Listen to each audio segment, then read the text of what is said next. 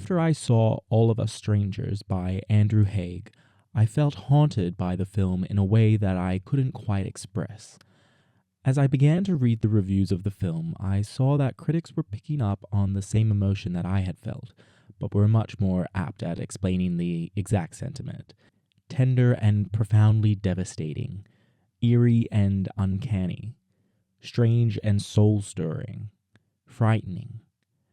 Then I was listening to an episode of Blank Check with Griffin and David. It's a podcast about filmographies, directors who have massive success early on in their careers and are given a series of blank checks to make whatever crazy passion projects they want. Sometimes those checks clear and sometimes they bounce, baby. It's also a podcast about dumb movies. Specifically, I was listening to the 9th Annual Blank Check Awards, where hosts Griffin Newman, David Sims, and guest Joe Reed give out the fictitious award, the Blankie, and explain their top picks in each film category for 2023.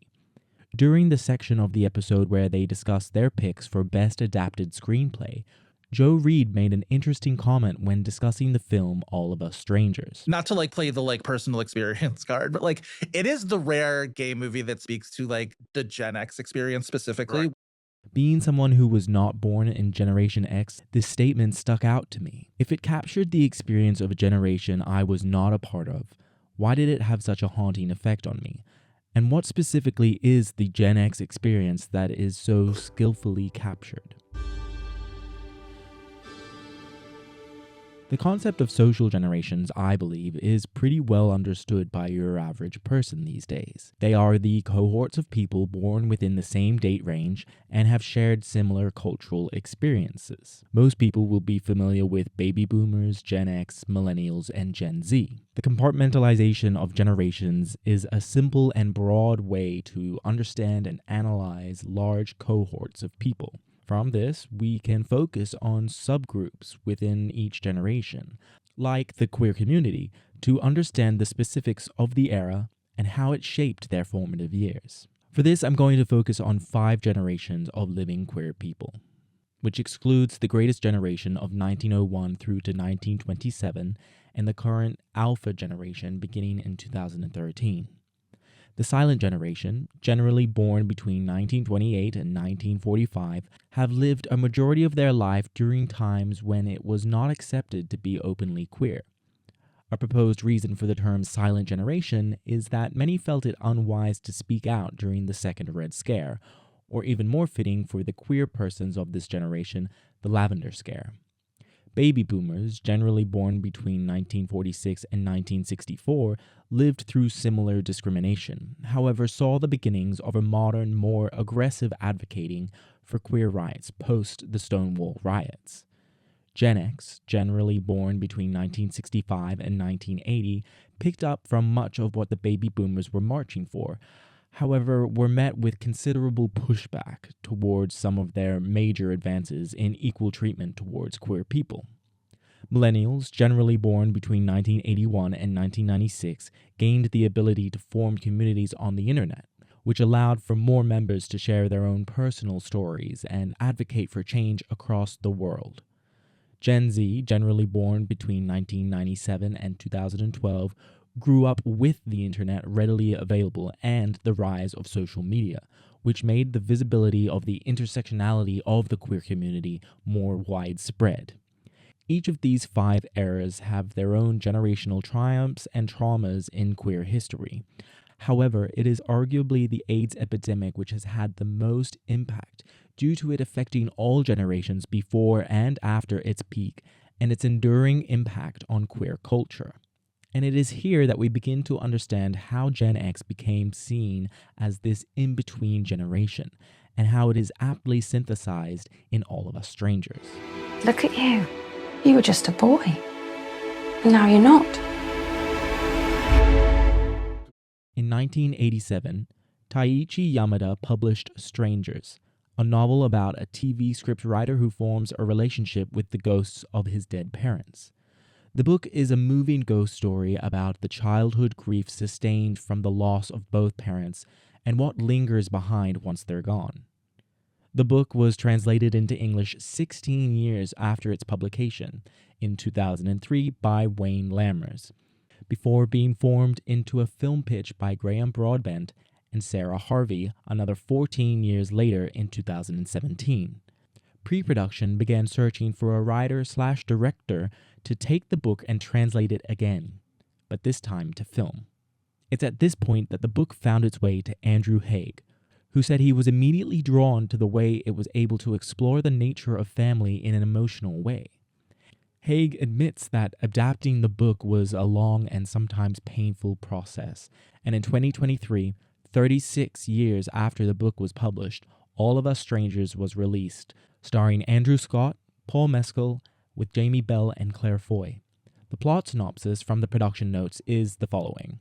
One night, in his near-empty London tower block, screenwriter Adam has a chance encounter with mysterious neighbor Harry, puncturing the rhythm of his everyday life. As a relationship develops between them, Adam finds himself drawn back to his childhood home, where his parents appear to be living just as they were on the day they died 30 years ago. Hi. Hi. Many people who have read Yamada's book will know that Haigh's film is not a direct adaptation of the book. The production notes themselves describe it as being inspired by the novel, not adapted. It's obvious that Haigh loved the core idea of the book. What if you met your parents at your age after they had already died? And firmly applied his own past experience with great pain to create a uniquely personal yet emotionally universal ghost story that is capable of extending beyond the tropes of the genre. There are the relatable relationships of familial and romantic love, but Haigh encases them in the very specific experience of a gay man, Scott's character Adam, a man who grew up in the 80s and 90s, a part of the in-between gay generation, trying to navigate the world today. So what exactly did Joe Reed mean when he said the in-between gay generation? Well, luckily, Reed immediately followed his statement up with an explanation of what exactly this generation is in between. Not to play the personal experience card, but it is the rare gay movie that speaks to the Gen X experience specifically, Right. which is very, very, very much the sort of wilderness in the middle of the AIDS generation of the 80s and the marriage equality, prep kind of age. With Gen X being categorized as being born between 1965 and 1980, a large portion of this generation of queer people would have been too young to experience the sexual freedom of the 1960s and 70s, but old enough to have the AIDS epidemic and its stigma ingrained in their memories. Many Gen Xers began grappling with their sexual orientation and/or gender identities at the height of the epidemic. The first cases of what came to be known as HIV/AIDS were reported in June 1981. Many people in the first two-thirds of Gen X, roughly the years 1965 to 1975, entered their teen years during the height of the epidemic. This was a traumatic time when LGBT people and those living with HIV/AIDS were intensely stigmatized. While All of Us Strangers isn't about HIV or the AIDS epidemic, it is about an individual who would have grown up during this turbulent time in queer history and the lingering trauma that is still manifesting in his life. Haigh was born in 1973 and Scott was born in 1976, which places them firmly within this generation that Reed describes. This was a time when queer people were being told that they were getting what they deserved, sentiments which can become quite isolating for those in the queer community. On the other side of the in-between is what Reed describes as the marriage equality prep age. The marriage equality refers to Obergefell versus Hodges, which ruled that same-sex marriage is a fundamental right, protected under the 14th Amendment of the United States Constitution. PrEP refers to the popular pre-exposure prophylaxis medication used to prevent the spread of HIV in people who have not yet been exposed to HIV.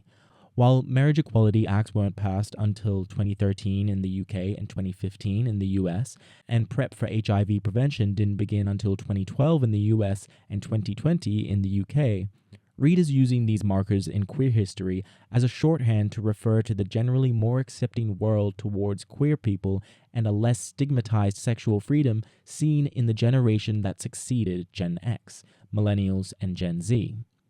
Marriage equality has given same-sex couples equal rights to that of heterosexual couples in the eyes of the law. PrEP has allowed for a more destigmatized sexual freedom similar to what was seen in the 1960s and 70s, but was undone by the AIDS epidemic of the 1980s. This sexual freedom is something still seen in debates today over PrEP and condom use in adult entertainment. Another marker that Reed could have mentioned is Don't Ask, Don't Tell, which was the official United States policy on military service of non-heterosexual people instituted in 1993. While it prohibited military personnel from discriminating against or harassing closeted homosexual or bisexual members, it barred openly gay, lesbian, or bisexual persons from military service.